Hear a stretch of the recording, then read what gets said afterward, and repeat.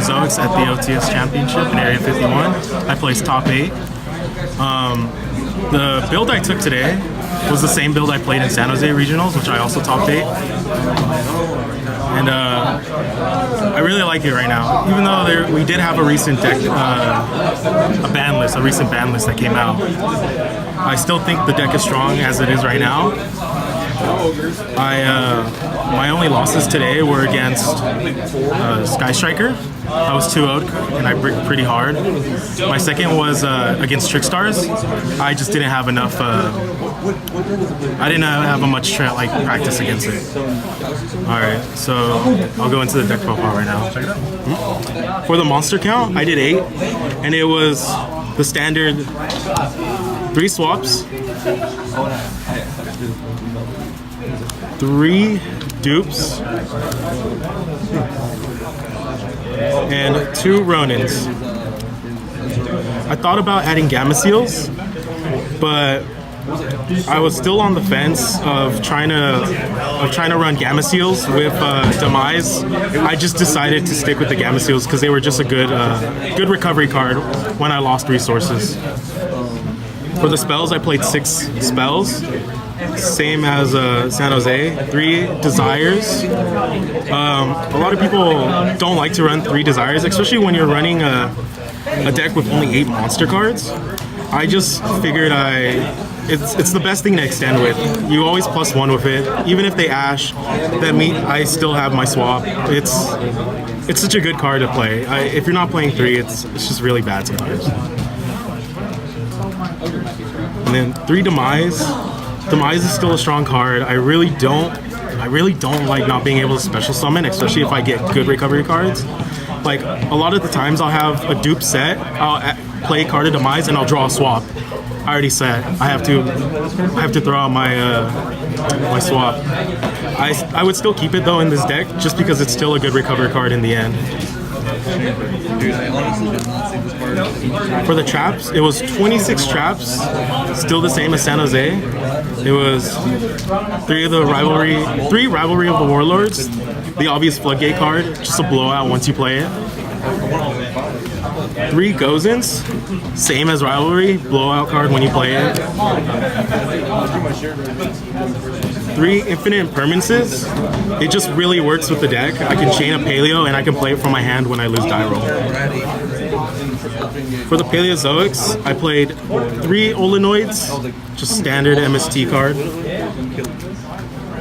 3 Morellas, so I can dump my Lost Winds or dump any other Paleozoic if I need resources from the grave. 3 Dino-Miscus, which I think right now in this format is probably the best card, just because it's able to banish a face-up card on the field. 2 Lost Winds, just because everyone's special summoning from their extra deck right now. I played 3 Solemn Strikes, 1 Solemn Warning, 1 Solemn Judgment, and then 1 Imperial Order, which is another blowout card against strikers.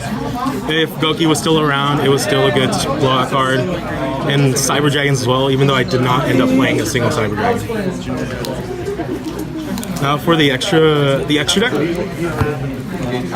played standard 3 Toads right there. I played 3 Mastar Boys. I've seen recent deck builds play 2. I still think 3 is the strongest, just because you're able to OTK with 2 Mastar Boys and 1 Toad. And it's a recovery card. If they destroy it, you just get a water monster from your grave. It's pretty simple like that. I played 1 Opabinia and 1 Animalakaris for the Paleozoic Exceeds. Opabinia never came up, but Animalakaris did.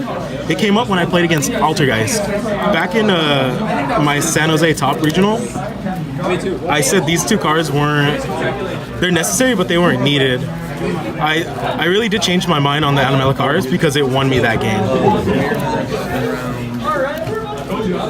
I played 1 Nightmare Phoenix and then 1 Nightmare Unicorn. out of the Nightmare monsters. The Unicorn didn't see any play this tournament, but the Phoenix did to help me push for more back row removal when I played Trickstars. I played one Boral Sword for utility if I needed it. It never came up though this tournament. I played one Boral Sword, and that came up at round 1 of top 8, where I OTK'd the Trickstar player in game 2. And then I played one Nate Chariot Exterior, one Raid Raptor Ultimate Falcon, and then one The Last Warrior from Another Planet for my Waking the Dragon targets. This tournament, I did have my Waking the Dragons hit, but I was not able to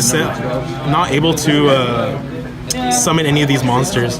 The first time I had my extra deck zone locked. The other time I just summoned a Toad because I was under Gozen and Rivalry. Alright, and then for the side is also very similar to San Jose. Or I just played it over the other one. Like in the I played 3 Magic Deflectors. I still think this is really strong. It's an easy bait for when people Twin Twister you. They pay cost, you activate, they just neg 2, and you just lost 1. I played 3 Heavy Storm Dusters. When I played against back row heavy decks, I sided it against Trickstar and Altergeist to get rid of their continuous trap cards, and with the Trickstar Light Stage field. I played 3 Waking the Dragons. Most of the time I would side them in game 2, depending after feeling out my opponent. I would decide to side them in game 2 or not. Game 3, I usually sided them out just because I figured people wouldn't fall for it again. 3 Wiretaps. I think Wiretap and Magic Deflector so far were probably the best cards in the side, just because Wiretap stops the evenly match and it stops the red reboot, while Magic Deflector stops the Twin Twisters, it stops Eagle Booster, it stops Widow Anchor, it stops a lot of the Sky Striker stuff. And then I decided to switch to put in Anti-Spell Fragrance over Canadias from last time, just because Gokis aren't that big of a threat anymore, and that was my main usage for Canadia. The Anti-Spells, I did side them in, but I never saw play. Yeah, I like to shout out my team, Team Upstart. I also like to shout out the locals I go to, which is 316 Collectibles. I also like to shout out Area 51 for hosting the tournament. And then that's it. Thank you, bud. Thank you.